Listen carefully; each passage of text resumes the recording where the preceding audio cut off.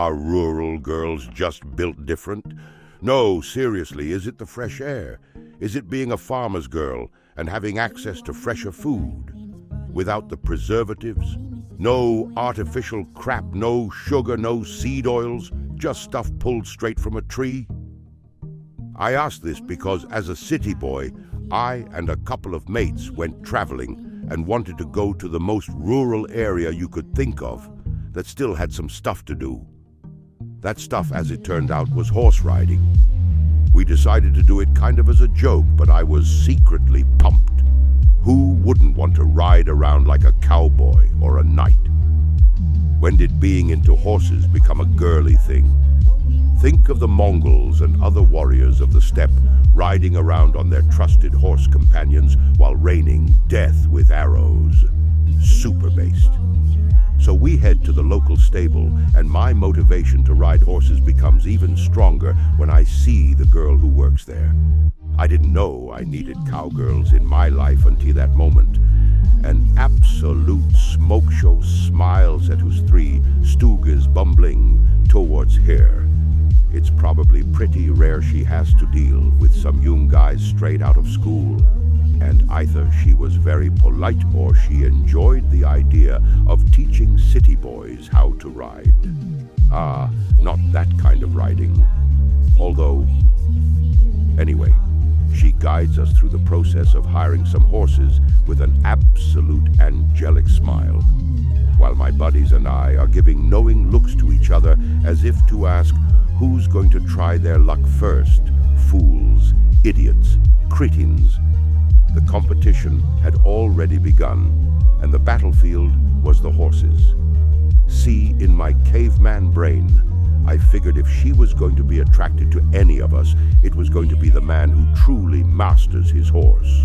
The one who becomes less man and horse, but man times horse, centaur style.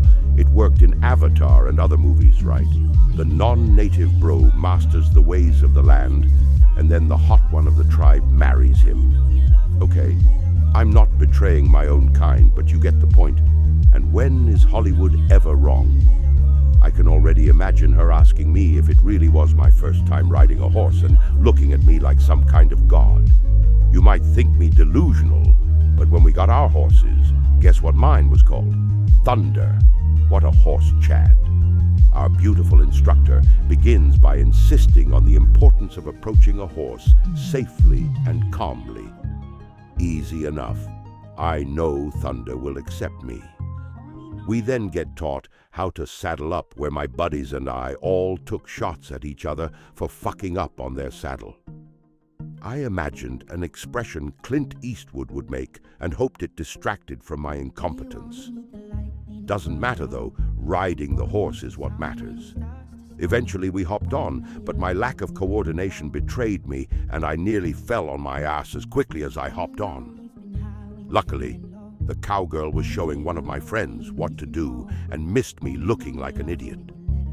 When she did look over, I smiled at her like nothing happened, ignoring my other friends' mocking laughter. It was to foreshadow what was to come, as when we did get to riding, I was hopeless. To my dismay, every sudden movement Thunder made sent me lurching forwards. At least my friends weren't laughing at me as they were too focused, but the girl was. Part of me hoped it was endearing, but I knew I was quickly failing my trial of manhood. Fuck you, Thunder, you asshole. Even worse was the sudden jerking was hurting my balls. My trial of manhood was failing, and now manhood itself was failing. By the end of the session, I was way too battered and demoralized to even think about trying to hit on the cowgirl. I think my friends thought the same, as they didn't try either. While my buddies were off putting the horses away with another staff member, the girl asked me if I was okay. I told her I kind of suck at horse riding, and she just shook her head at me. She told me everyone sucks their first time, and as far as first-timers go, I was actually pretty good. In fact, she hoped I'd continue with it because she could see me being a good rider one day. Gentlemen, it wasn't exactly like I had fantasied, but perhaps it wasn't too far away. Can I be like Paul Atreides and walk the path of prophecy by learning the ways of the country and scoring the hot desert country girl.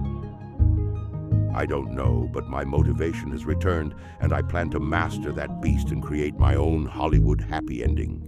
Yippee-ki-yay, motherfucker.